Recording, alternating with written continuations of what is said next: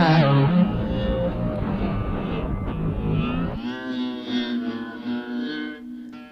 I live in I live in a house. The space inside of my house is familiar. It doesn't seem to change much, and I find comfort in its routines. At the same time, this house can sometimes feel hellishly boring. In fact, I've noticed that many closed interior spaces with identified uses feel boring to me. At a certain point, these feelings compelled me to try to use public space in Tucson to make something new happen to me. I started out thinking, as I went about my regular days, of places where I could spend unusually lengthy hours. I noticed on a walk that it can be easiest to fall into a sightseeing attitude, which represents only one of many different attitudes to take on a walk. I immediately stopped on the corner between a neighborhood street and an alleyway near a home in Feldman's neighborhood, and, finding a seat below the house's low wall, I stopped moving and looked out at the continuing alleyway across the street. At first, frustrated and uncomfortable, I let myself detach and relax in place.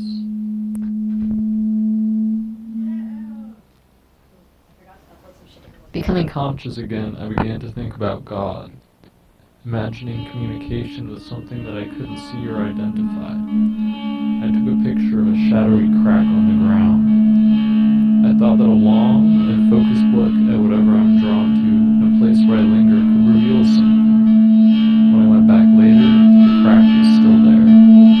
Away from the house, it is easy to let the same structures that dictate my life at home and at school determine what I experience everywhere if I am not careful to stop and freely consider.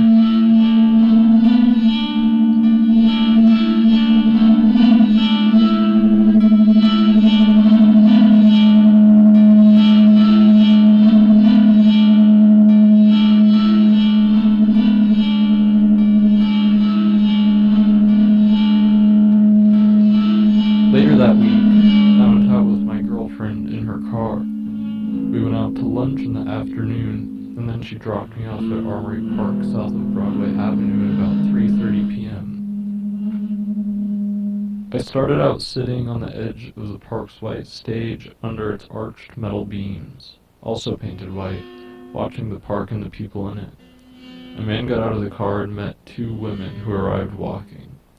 The three of them sat on the ground, apparently hiding from the sun below a low bush, and talked for a long time. Eventually I got up to move around the park, noticing a 12-pack of Coca-Cola lying open on a bench. Take one for free. And two men dressed in dark clothes sitting at a circular picnic table nearby. They watched me take a picture of the box on the bench, and I wondered why they were there.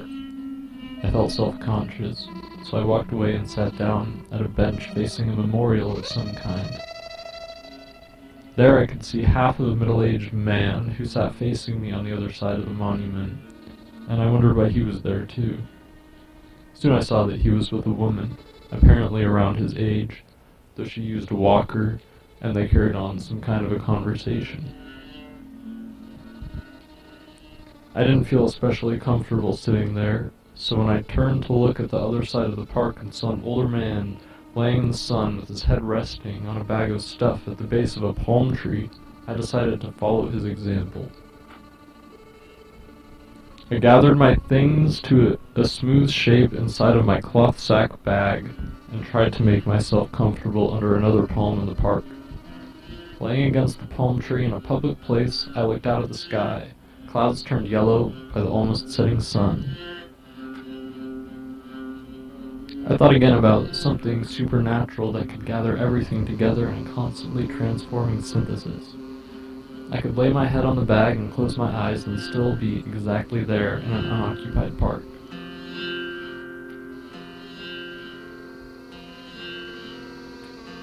Eventually I fell out of my reverie, and noticing that the men who seemed to have provided the Coca-Cola were gathering their things and leaving their circular picnic table, I decided to follow their example too, and moved in at their now unoccupied table, attracting the attention of another group of men of various ages at another nearby table. Once seated, I smoked a miniature cigar and tried to read part of a Philip K. Dick novel about a vast, active, living intelligence system, which was the universe, but I soon got bored and went back to observing.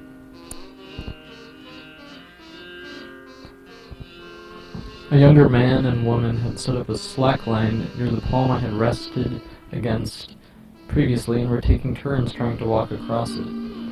People entering the park from downtown to the north caught the corner of my eye. I turned and saw the same darkly dressed men whose table I had taken walking towards me across the park, this time accompanied by a third man. The one who wore a black baseball hat with New York City and a city stitched on it in white asked me if they could sit at the table.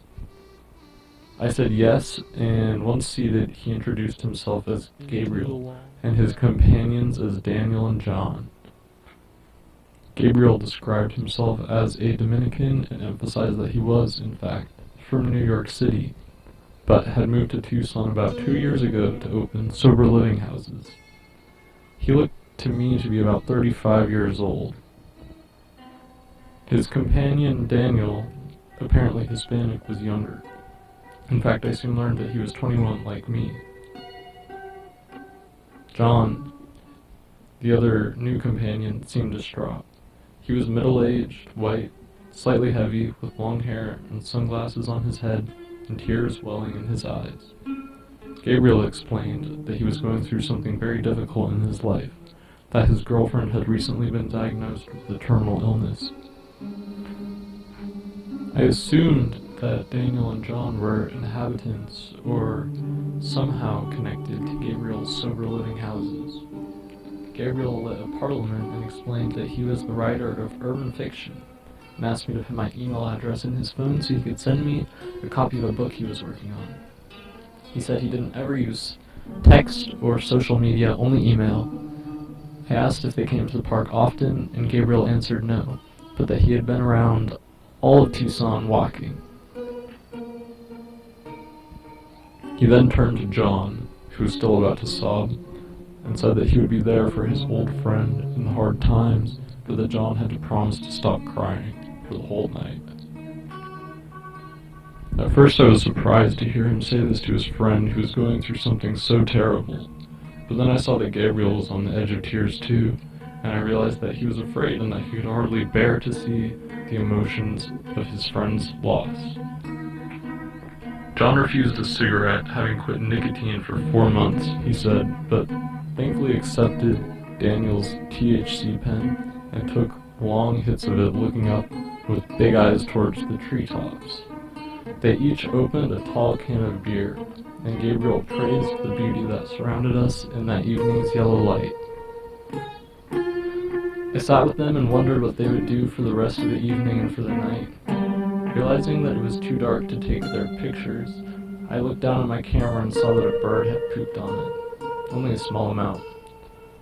Gabriel offered me a plastic bag to wipe it off with and said that it was good luck and that my camera had been blessed. I agreed and looked at John, imagining how he might feel and if he knew where he was. Disoriented by the dying light and not knowing exactly where I was or if the globe was falling away, I decided to leave the park, walking towards Broadway.